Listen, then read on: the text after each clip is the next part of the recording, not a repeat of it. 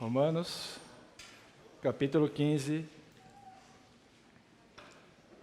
os versículos 30 ao 33.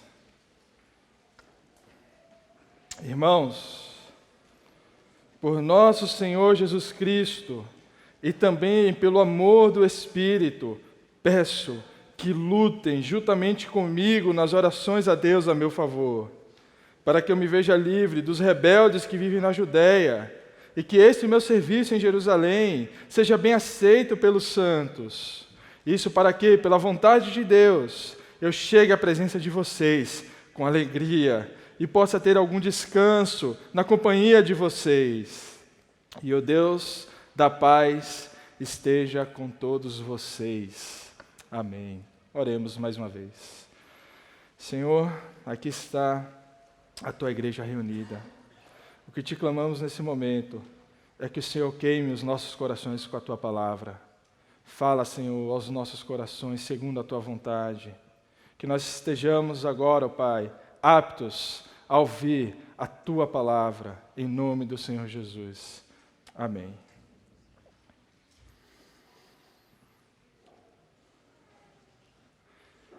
O que a igreja necessita hoje não é de mais e melhor maquinismo, de novas organizações ou mais e novos métodos, mas homens a quem o Espírito Santo possa usar, homens de oração, homens poderosos em oração. O Espírito Santo não se derrama através dos métodos, mas por meio dos homens. Não vem sobre maquinaria, mas sobre homens. Não unge planos, mas homens de oração. O sermão de hoje possui apenas um ponto, mas esse ponto é provavelmente o ponto mais importante na caminhada de qualquer cristão. O trecho que eu acabei de ler é de um livro chamado O Poder através da Oração. E essa é uma passagem, é um trecho desse livro que sempre me desafiou. É um trecho que sempre me provocou. Nós somos tentados a confiar nos nossos planos, tentados a confiar nos nossos planejamentos tão bem executados, tão minuciosamente feitos. Somos tentados, assim como lá no Jardim do Éden, a tomar o controle das coisas. Temos a ideia de que um planejamento bem feito é a chave do sucesso. Num tempo de coachings, muitos por aí dizem: tome o controle da sua vida, tome a direção da sua vida, controle a sua própria vida. Mas o que a oração vem nos mostrar é exatamente o oposto a isso. Enquanto muitos dizem, tome o controle da sua vida, a oração vem nos dizer, você jamais teve controle da sua vida. O sermão de hoje é sobre uma batalha que nos acompanhará por toda a nossa peregrinação. É sobre uma batalha que não podemos de forma nenhuma negligenciar. Embora a nossa natureza constantemente nos afaste da oração, nos afaste da luta pela oração, nos afaste das trincheiras que precisamos batalhar, não podemos negligenciar. Meus irmãos, como é difícil orar. Meus irmãos, como nos assusta derramar os nossos corações em oração diante do Senhor. A grande questão sobre a oração não é exatamente o que oramos, mas a grande questão sobre a oração é o que não oramos quando oramos. O que guardamos em nossos corações quando com as nossas bocas proferimos meias verdades. A pergunta de hoje é: quais são os planos que você tem tentado esconder de Deus para que Ele não estrague? Quais são os planos que você tem tentado ocultar de Deus, para que Deus não descubra os seus planos e, descobrindo, simplesmente bagunça o seu planejamento? O que você tem escondido para que Deus não ponha a mão naquilo que é o seu desejo, naquilo que são os seus planos, naquilo que está lá tão profundamente arraigado como um desejo do seu coração?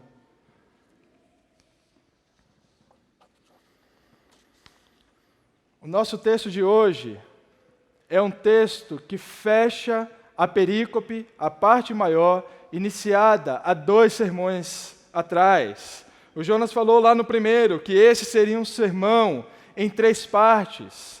Nós vimos, desde o começo dessa perícope, a necessidade da autocrítica, a função da autocrítica, o quanto é difícil fazermos uma autocrítica, o quanto é difícil julgarmos os nossos próprios atos, o quanto desejamos nos sentar em um tribunal onde nós somos os juízes.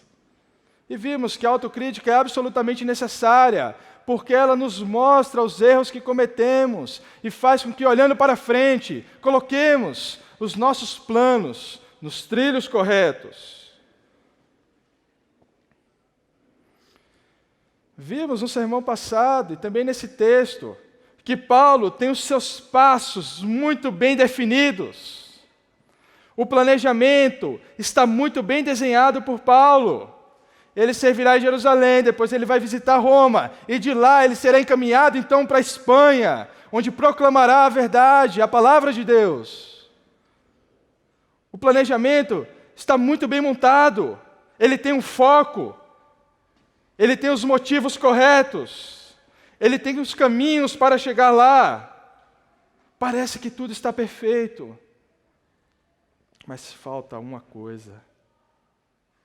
Falta a batalha final. Falta a luta de todos os cristãos. Nós falamos que esse sermão tem apenas um ponto. E esse ponto, obviamente, é a oração. Mas dentro dessa divisão nós podemos dividir o nosso texto em pelo menos 4 partes. No versículo 30, Paulo apresenta o pedido de oração e dá ali àqueles irmãos 2 incentivos para que lutem com ele em oração.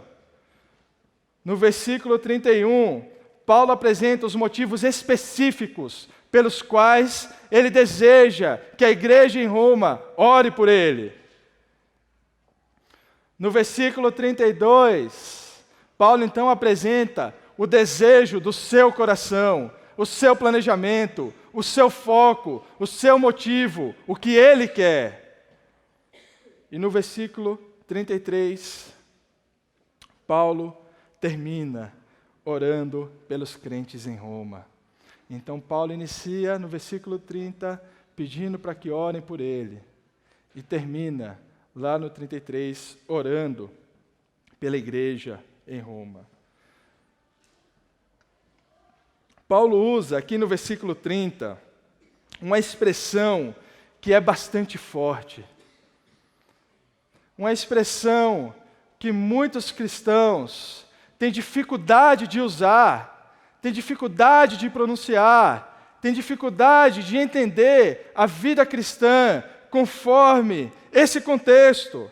Então Paulo diz: peço que lutem juntamente comigo. Peço que lutem comigo. Esse imaginário de que a vida cristã é uma guerra, é uma batalha que é travada não em trincheiras físicas, mas sim em trincheiras espirituais. Essa visão de mundo que mostra a peregrinação cristã como uma longa batalha caminhando para o alvo, muitas vezes é simplesmente esquecida. Muitas vezes é negligenciada. Preferimos muito mais a ideia do cristianismo, que é simplesmente o amor, que simplesmente vai dar aquilo que eu preciso. Por que lutar? As lutas acabaram. Cristo venceu a luta na cruz. Não existe mais luta. Não, meus irmãos. Preferimos, e é muito mais confortável, caminharmos por esse contexto, por essa ideia de cristianismo. Mas quando dizem que o cristianismo é uma guerra, o cristianismo é uma batalha, o cristianismo é difícil, ser cristão não é simplesmente caminhar pelas águas, não é caminhar pelos campos floridos. Ser cristão é uma batalha constante. Por isso a expressão que Paulo usa aqui é tão significativa. Lutem juntamente comigo. Negligenciamos a natureza da oração, meus irmãos. Oramos para que Deus mude tudo à nossa volta. Mas quantas vezes temos nos colocado de joelho e clamado para que o Senhor mude o nosso coração? Oramos, clamamos e pedimos que as circunstâncias à nossa volta sejam profundamente alteradas. Mas quantas vezes temos orado para que simplesmente a graça de Deus nos seja suficiente, aonde quer que estivermos, aonde quer que o Senhor tenha nos colocado? Como é doloroso orar para que o Senhor mude o nosso coração. Como é doloroso e como é difícil orar para o Senhor, Senhor, que a minha graça te baste para mim, que a tua graça me seja suficiente. Oramos como se os nossos planos já fossem bons o suficiente, como se os nossos planos estivessem tão bem montados que nós temos realmente o controle das coisas, como se nada no nosso planejamento pudesse sair do lugar. É como aquelas pessoas, que trabalham, porque daqui a 40 anos elas estarão aposentadas, comprarão um sítio, vão plantar um pé de mexerica, que eles colherão toda manhã, mas isso daqui a 40 anos. Depois que eles trabalharem durante 40 anos. Então, durante esses 40 anos, minha prioridade é o trabalho, porque eu preciso comprar o sítio daqui a 40 anos. Então, ele tem todo o plano, ele tem todo o planejamento, mas ele não planeja ser atropelado. Ele não planeja um acidente de carro. Não está lá, ninguém põe no planejamento, né? Não, aqui, no meu planejamento, é o dia que eu vou ser hospitalizado. Aqui é o dia que eu vou quase morrer, ou aqui é o dia que eu vou morrer. Ninguém põe isso no planejamento. Então, o planejamento é sempre muito bonito, muito bem desenhado. Nós fazemos uns planejamentos tão bons, mas tão bons que, olhando para todo aquele plano que fazemos para a nossa vida, é como se disséssemos, esse planejamento está tão bom, mas tão bom, que só pode ser revelação direta de Deus. Esse planejamento está tão perfeito que eu não tenho capacidade de fazer um plano tão perfeito. Então foi Deus quem revelou. Esse aqui é o plano de Deus. Eu acabei de fazer o plano de Deus.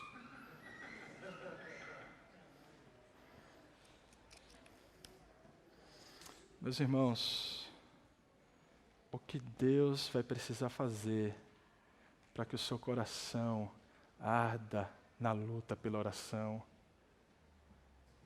Será que Deus vai precisar jogar os seus planos no fogo para que o seu coração queime pela oração? Será que Deus vai precisar incendiar todos os seus planejamentos para que o seu coração incendeie em amor pela oração?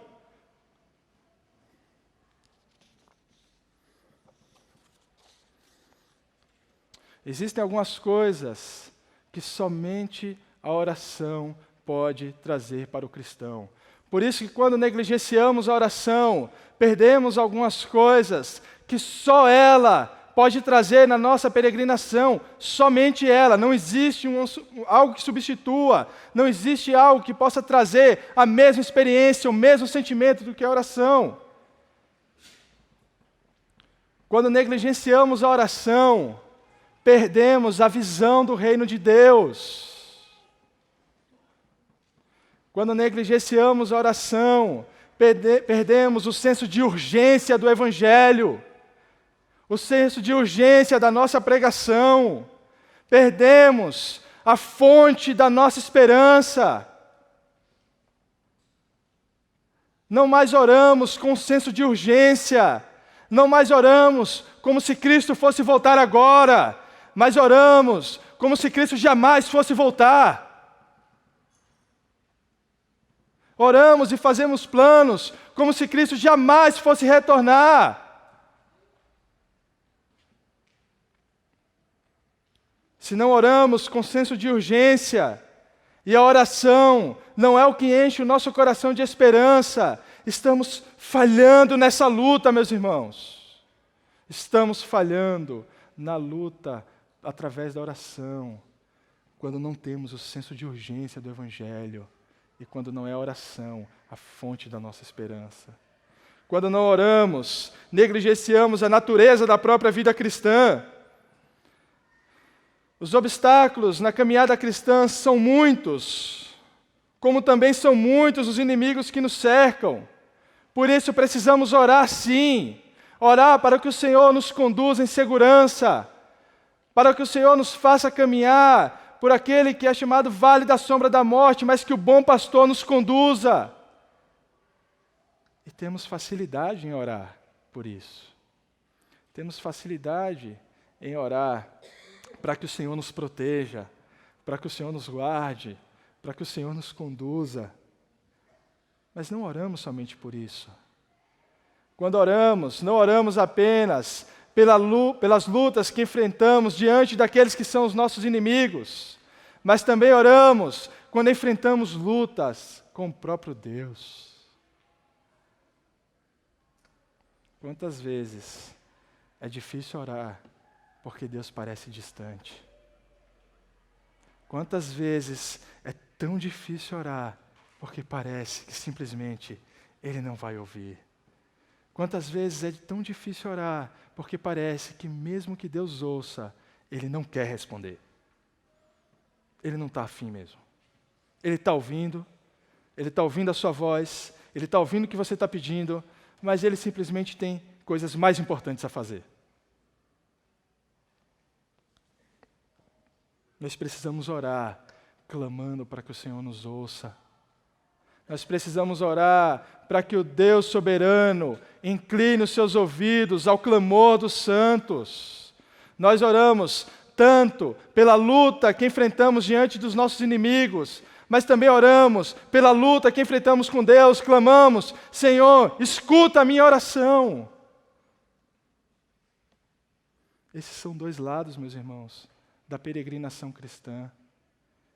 Esses são lados da luta através da oração.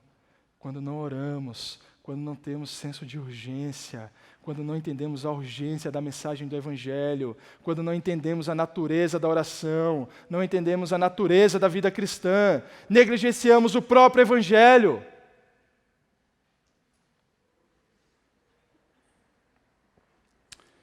Depois que Paulo apresenta o seu pedido para que os crentes em Roma lutem com ele, ele apresenta na primeira parte ainda do versículo 30, irmãos, e ele dá aqui dois incentivos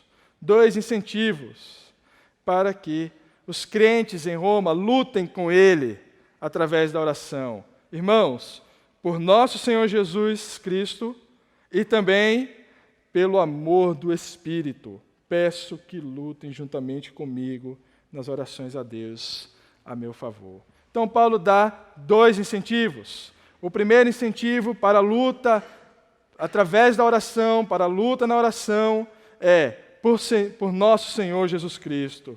E o segundo, pelo amor do Espírito. Porque, primeiramente, Paulo fala pelo nosso Senhor Jesus Cristo. O que isso quer dizer? O que Paulo quer dizer quando ele usa o nome de Cristo aqui como incentivo para que aqueles crentes em Roma orem e lutem com Paulo através das orações? Como isso é um incentivo para que nós possamos nos esforçar na oração? Há tantas coisas que Paulo poderia estar pensando aqui, há tantas coisas em que Cristo nos incentiva a orar e nos promove a oração em nossa vida. Paulo poderia estar pensando lá em Lucas 18:1, quando Cristo ordenou que orássemos e não desanimássemos. Paulo poderia estar pensando em João 14, em João 15, quando Cristo faz do seu nome a base, o fundamento para as nossas orações. Nós oramos a Deus em nome de Jesus Cristo e no poder do Espírito Santo. Então, Cristo como fundamento, a base das nossas orações. Paulo poderia estar pensando no que ele mesmo escreveu em Romanos 8,32, quando ele diz que Cristo derramou seu sangue para comprar todos os benefícios da salvação para o seu povo, inclusive a oração respondida. Paulo poderia estar pensando lá em Mateus 6, quando Cristo ensina a orar. Será que Paulo estaria pensando em um desses motivos quando ele diz, pelo Senhor Jesus Cristo? O segundo motivo, e o segundo incentivo que Paulo dá é pelo amor do Espírito. Agora peço a vocês, irmãos, pelo amor do Espírito, que lutem comigo em suas orações. O que será que Paulo tem em mente nesse segundo incentivo? Será que ele está se referindo ao ministério do Espírito que cria em nós o apreço, o amor pelos outros, uns pelos outros, de forma que nos leva a orar uns pelos outros? Ou será que Paulo está se referindo ao amor que o próprio Espírito tem por nós, para termos confiança de que o Espírito nos ajudará em nossas orações? Todas essas possibilidades são verdadeiras. E todas essas razões devem nos incentivar à luta pela oração. Mas eu gostaria de sugerir que o que Paulo tem em mente aqui, especificamente nesse texto, está relacionado com o nosso próximo versículo, o versículo 31. Ele diz, para que eu me veja livre dos rebeldes que vivem na Judéia, e que este meu serviço em Jerusalém seja bem aceito pelos santos. Eu quero sugerir que Paulo faz 2 pedidos e dá 2 incentivos. E depois, no versículo 31, ele torna específicos esses pedidos. São 2 pedidos específicos. E eu gostaria de sugerir que o primeiro incentivo está vinculado ao primeiro motivo específico, assim como o segundo incentivo está ligado ao segundo motivo específico. O primeiro que ele dá, o primeiro motivo específico que ele dá, é para que eu me veja livre dos rebeldes que vivem na Judéia. Então, o primeiro motivo é que para que Deus o proteja nessa viagem. Paulo sabia muito bem dos rumores que cercavam, do que se falava sobre ele. Paulo parece que sentia que aquela viagem era extremamente arriscada para ele. Ele sabia o que se falava dele na sua relação com os gentios. E ele sabia que existiam planos para capturá-lo. E esses planos para capturá-lo poderiam encerrar todo o planejamento de Paulo. Todo aquele planejamento tão bem desenhado, com foco, motivo, poderia ser simplesmente arruinado nessa viagem que ele faria. Por isso, o primeiro motivo é para que eu me veja livre dos rebeldes que vivem na Judéia. Então, para que o que Paulo está dizendo é, para que eu não morra nessa viagem, para que eles não me capturem, para que eles não me matem, para que entrando lá, aqueles que governam aquele local, não simplesmente me capturem, me aprisionem e me levem à morte. Por isso faz tanto sentido apresentar Cristo como Senhor, quando Ele pede para que as autoridades, para que Deus o proteja das autoridades. Faz tanto sentido Ele usar exatamente esse título, o Senhor Jesus Cristo, quando ele clama, quando o motivo específico é para que o Senhor o proteja daquelas autoridades que ali estão e que têm o poder, sim, para prendê-lo, e tem o poder dado, o poder da espada, de condená-lo. que Paulo está dizendo é que, Senhor, me protege das autoridades que lá estão, porque não existe autoridade maior do que o Senhor Jesus Cristo. Eles são senhores lá. E eles têm o poder para me condenar, para me capturar. Mas o Senhor é o Senhor de todos.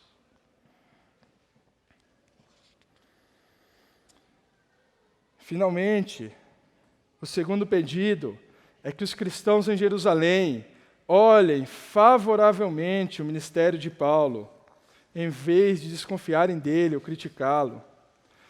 Ele ora para que a comunhão seja ali promovida. Então Paulo iria nessa viagem com ofertas que igrejas gentílicas acharam de bom tom mandar para os crentes em Jerusalém. Então é espantoso para aqueles que tinham necessidade em Jerusalém, para aqueles judeus que tinham necessidade. Então é espantoso quando Paulo ora dizendo: orem para que essa oferta, aqueles que precisam dessa oferta, aceitem de bom grado, para que esse meu ministério, que eu vou promover entre aqueles que realmente precisam, seja bem aceito.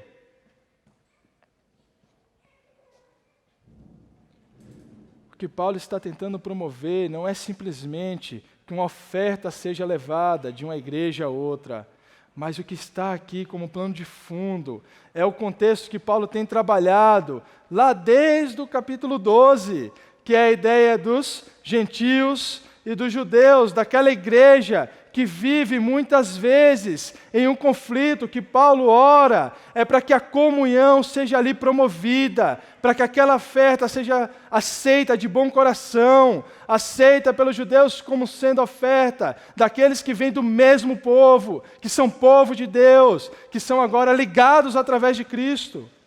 Por isso faz tanto sentido quando Paulo dá um motivo que é a comunhão, orar pelo amor do Espírito Santo.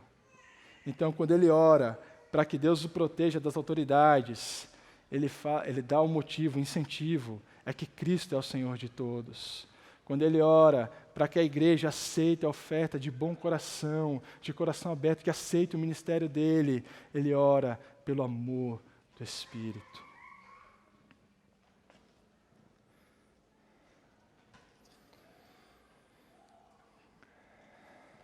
Na continuação do texto, aqui no versículo 32,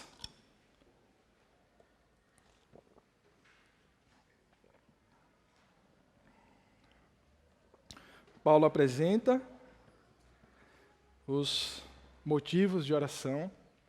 É importante lembrar que essa viagem que Paulo fará e que ele pede para que os crentes em Roma orem, não é necessariamente o que Paulo queria fazer.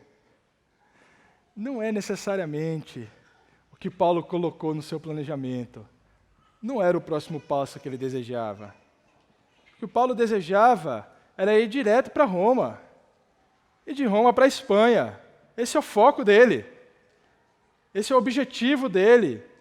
É por isso que ele está fazendo tudo, é por isso que ele está trabalhando, para que ele possa ir até Roma, para que a igreja em Roma encaminhe ele até a Espanha.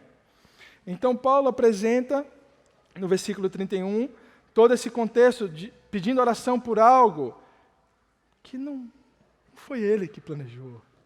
Ele não queria.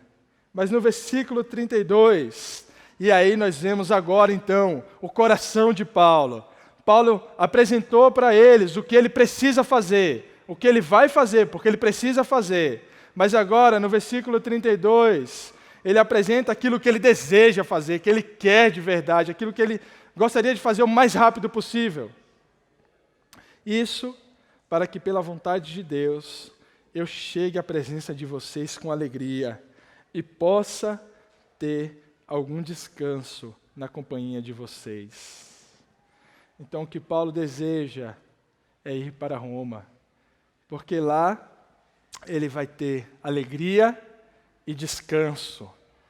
Então, Paulo estava planejando férias apostólicas, seria isso. Então, Paulo estava almejando ir para Roma, porque lá ele queria comer uma bela macarronada, comer uma boa pizza, tomar um bom vinho, suco de uva. Então, esse Paulo tomava vinho, né? Para alguns não tomava. Então, Paulo estava planejando férias. Paulo desejava simplesmente conhecer Roma. O descanso a que Paulo se refere não é um descanso como nós estamos pensando no contexto de uma folga.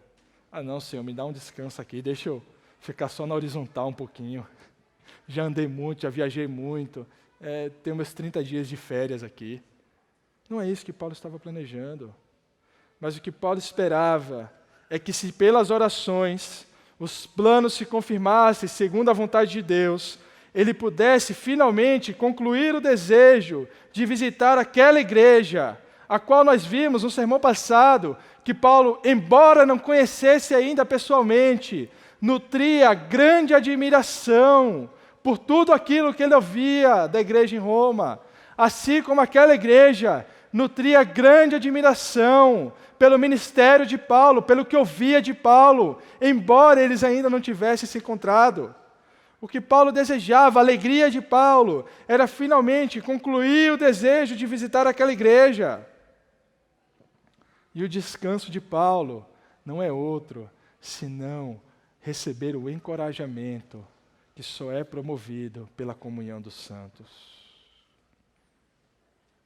O que Paulo deseja como descanso é orar junto com aqueles irmãos, é desfrutar da companhia daquela igreja, dos fiéis que ali estão. O que Paulo deseja, o que Paulo planeja, é ali em Roma ser alimentado por Cristo através da comunhão com aquela igreja. Meus irmãos, a oração não é um ato apenas solitário. A oração não é um ato apenas individual. A oração não envolve apenas você e Deus, mas a oração envolve toda a igreja local, toda a comunidade dos santos. A oração é também um exercício comunitário, é o exercício que promove a comunhão do Espírito, é o exercício que nos traz a alegria que só o Espírito pode dar. É quando oramos uns pelos outros que essa comunidade vai ficando robusta. É quando oramos uns pelos outros que podemos nos colocar no lugar dos nossos irmãos, que podemos amar de fato os nossos irmãos, que podemos edificar esse corpo.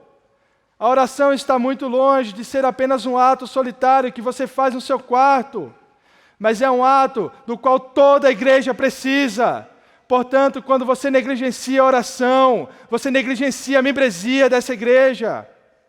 Quando não oramos uns pelos outros, negligenciamos o compromisso que assumimos com a membresia dessa igreja. Negligenciamos o cuidado com os nossos irmãos. Negligenciamos a comunhão do Espírito. Negligenciamos o amor do Espírito.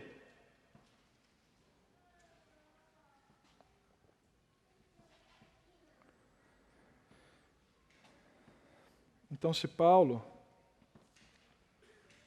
começou o texto pedindo para que aqueles irmãos lutem com ele em oração, para que batalhem com ele em oração, Paulo encerra esse texto orando pelos crentes em Roma, orando por aquela igreja.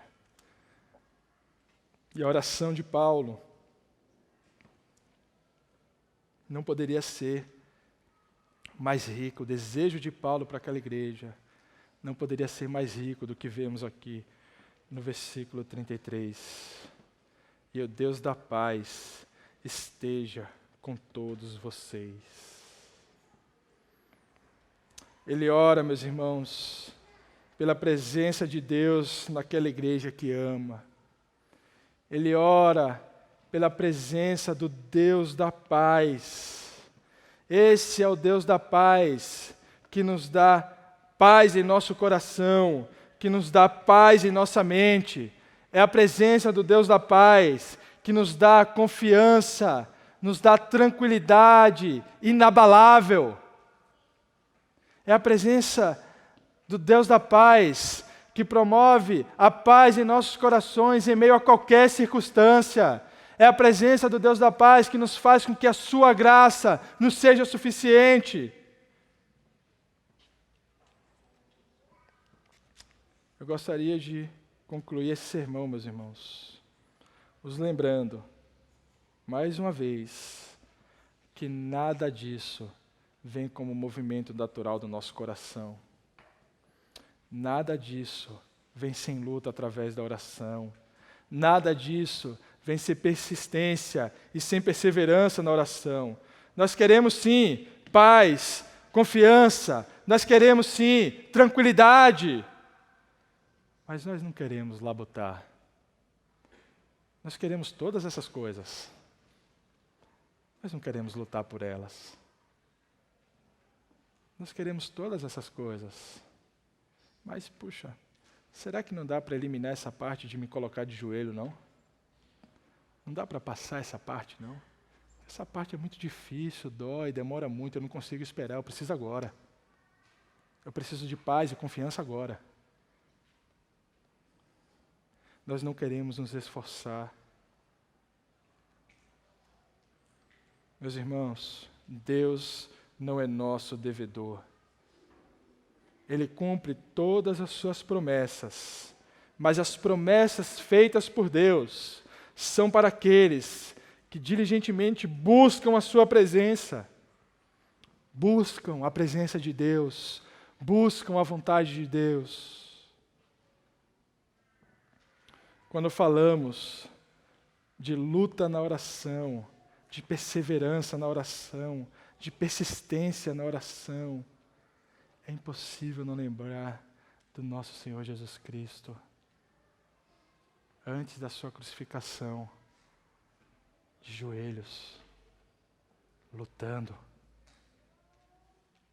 É impossível não lembrar da luta do nosso Senhor Jesus Cristo, ali, naquele lugar chamado Getsêmani. É impossível não lembrar o nosso Senhor de joelhos. É impossível não lembrar a dor de Cristo orando. É impossível não lembrar a dor de Cristo quando viu aqueles que são seus negligenciando a oração. É impossível não lembrar como nosso Senhor Jesus Cristo, aquele que nos comprou todos os benefícios da salvação, aquele e unicamente por Ele, pelo qual as nossas orações são respondidas. É impossível não lembrar de Cristo derramando o seu próprio coração diante de Deus, em oração. Meus irmãos, a luta da nossa oração é similar, é parecida com aquela de Cristo momentos antes da crucificação. A luta da nossa oração não é para que o nosso desejo seja realizado, mas para que os desejos, os planos de Deus, os planos perfeitos do Deus soberano, sejam realizados a despeito do nosso coração. O que precisamos clamar em nossas orações é para que Deus cumpra aquilo que precisa ser cumprido em nossas vidas, mesmo que isso bagunce os nossos planos, mesmo que o nosso planejamento não sirva de nada,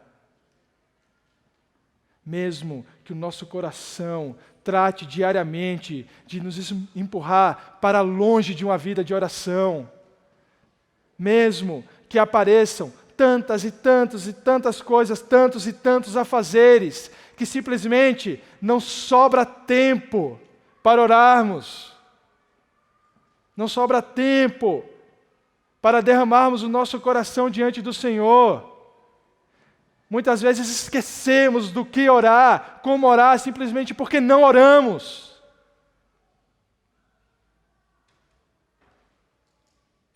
A oração não é natural para os nossos corações.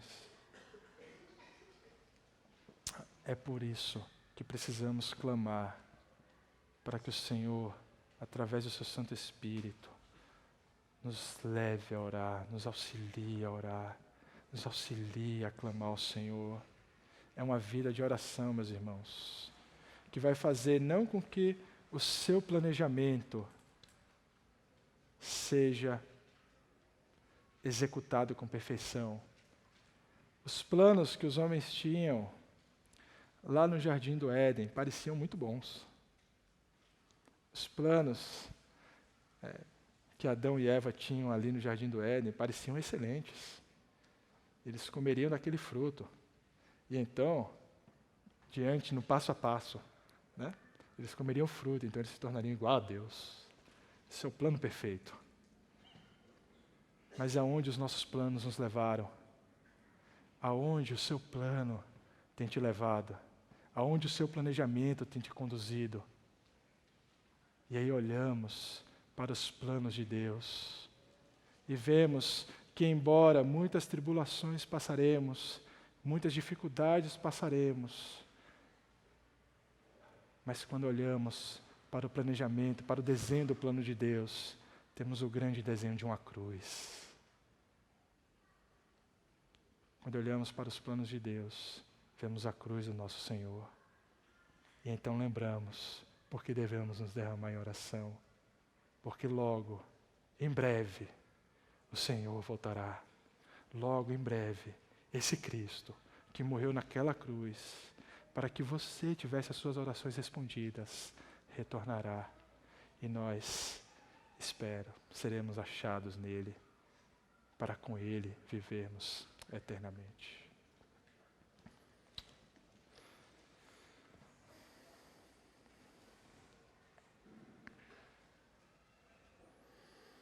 Senhor Deus, mais uma vez derramamos os nossos corações em oração a Ti. Te pedimos, ó Pai, que o Senhor não nos deixe ser frios na nossa vida de oração, que o Senhor não permita que os nossos corações estejam congelados pelo amor próprio, pelo desejo de tomar o controle, mas que os nossos corações sejam aquecidos em oração através do sangue de Cristo Jesus. Que o sangue do Senhor Jesus Cristo possa aquecer os nossos corações para que nós possamos lutar diariamente em oração, para que os nossos corações estejam diante de Ti, para que não os nossos planos, imperfeitos, falhos, manchados pelo pecado, mas os Teus planos santos, puros, limpos, através do Teu Filho Jesus Cristo, sejam cada vez mais vistos em nossas vidas, em nosso caminhar. Não desejamos nada que essa vida possa nos oferecer. Desejamos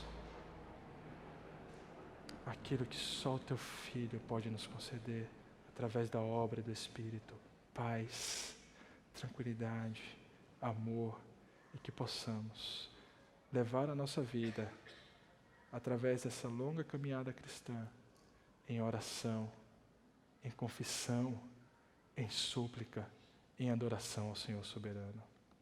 Oramos em nome do Senhor Jesus. Amém.